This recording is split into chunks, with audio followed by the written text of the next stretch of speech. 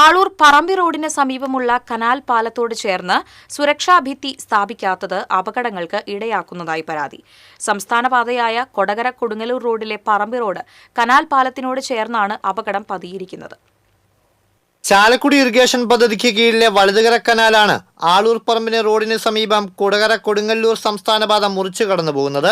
10 അടിയോളം താഴ്ചയുള്ളതാണ് കനാൽ. ഇവിടെ നിർമ്മിച്ചിട്ടുള്ള പാലത്തിനോട് ചേർന്ന് കനാൽ ബണ്ട് റോഡിലേക്ക് തിരിയുന്ന ഭാഗത്ത് സുരക്ഷാ സംവിധാനങ്ങൾ സ്ഥാപിക്കാത്തത് തുടർച്ചയായ അപകടങ്ങൾക്ക് ഇടയാക്കുന്നതായി പ്രദേശവാസികൾ പറയുന്നു. ഇതുപോലെ സാഹചര്യം ഉണ്ടാവാൻ സാധ്യത, കാരണം ഇതുപോലെ ബാരിക്കേഡ് വെച്ച് കിട്ടില്ലെങ്കിൽ ഇനിയും ഇതുപോലെ അപകടം, വലിയൊരു അപകടത്തിലേക്ക് പോകാനുള്ള ചാൻസ് ഉണ്ട്. അധികൃതർ ഇത് കണ്ണടച്ച് ഉണ്ടാതിരിക്കുകയാണ്.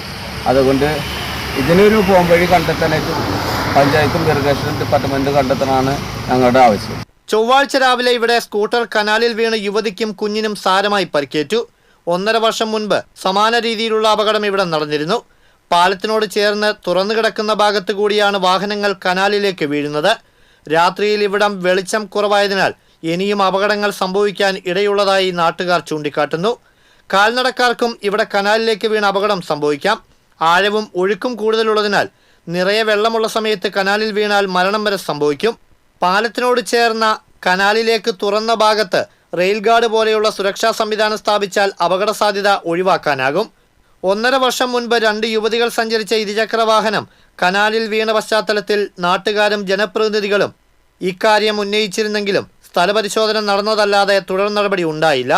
എത്രയും വേഗം യാത്രക്കാരുടെ സുരക്ഷയ്ക്കാവശ്യമായ നടപടി സ്വീകരിക്കണമെന്ന് പ്രദേശവാസികൾ പഞ്ചായത്ത് അധികൃതരോടും ഇറിഗേഷൻ ഉദ്യോഗസ്ഥരോടും ആവശ്യപ്പെട്ടു. TCV കൊടകര.